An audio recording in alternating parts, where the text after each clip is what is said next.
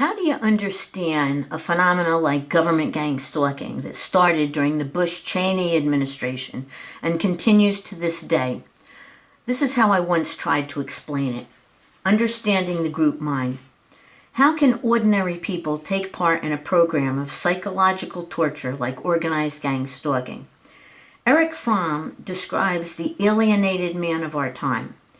Social conditions, he tells us, are creating character traits in people that predispose them to aggression.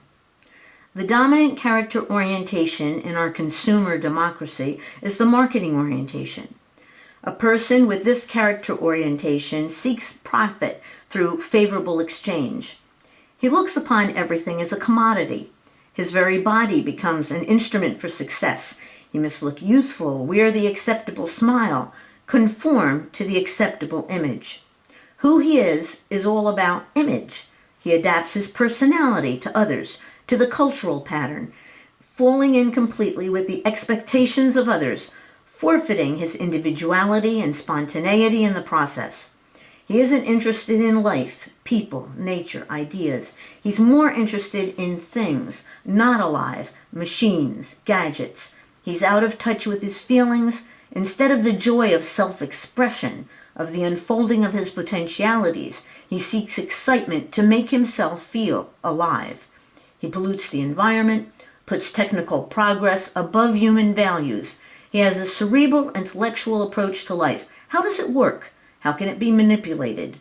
What is it worth? Passion with him is dead if it isn't the passion to win.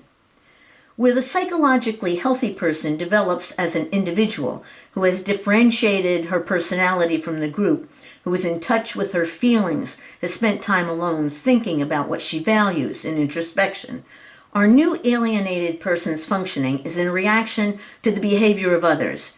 In her togetherness trumps individuality. This lack of balance between the individuality force and the togetherness force operates within us, spawning social problems. Where the individuality force leads people to act like individuals, being inner-directed, thinking things out for themselves, feeling what they really feel, not manipulating themselves or others, the togetherness force leads people to make connectedness uppermost, responding to other people's directives to function as part of a group and to do what the group does. The togetherness force results in people thinking, feeling, or acting as others do, and trying to get others to think, feel, and do as they do.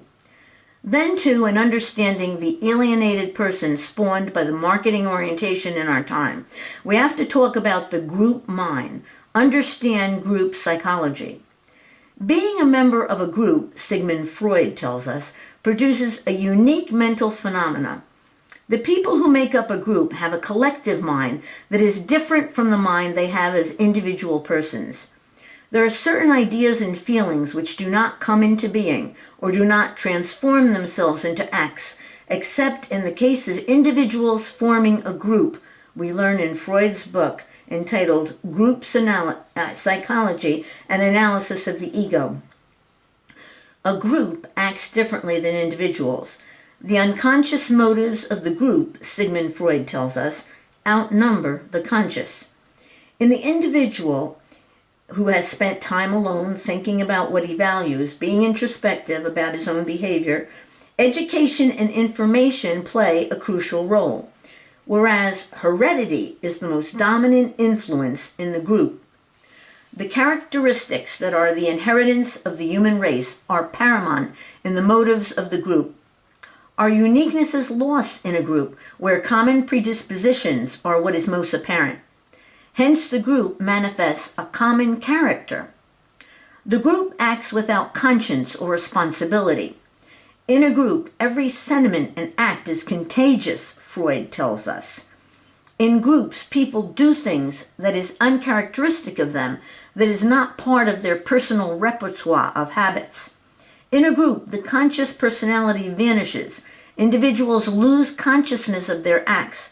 There is a tendency to immediately transform suggested ideas into acts. Isolated, he may be a cultivated individual. In a crowd, he is a barbarian. That is, a creature acting by instinct, Freud tells us. By the mere fact that he forms part of an organized group, a person descends several rungs in the ladder of civilization. He possesses the spontaneity, the violence, the ferocity, and also enthusiasm and heroism of primitive beings. A group is almost completely unconscious in its behavior. The feelings of a group are always very simple and very exaggerated. It goes directly to extremes. If a suspicion is expressed, it is instantly changed into an incontrovertible certainty. A trace of antipathy is turned into furious hatred. The only thing a group respects, said Freud, is force. Groups never have thirsted after truth. They demand illusions and cannot do without them. The behavior of groups is based on fantasy, not truth. Groups are dominated by feelings, not thought. The group gives the individual a feeling of power, which permits him to express instincts he might have been able to restrain had he not become part of a group. He will be less disposed to check himself, and the consideration that a group being anonymous and in consequence irresponsible, the sentiment of responsibility which always controls individuals disappears entirely. We learn in Freud's book on group psychology. Where the individual is apt to repress unconscious impulses, the group doesn't. So an individual displays characteristics as part of a group they don't display as individuals. Groups can also help an individual to transcend herself or himself. But that's not what we're talking about or seeing in government gang stalking.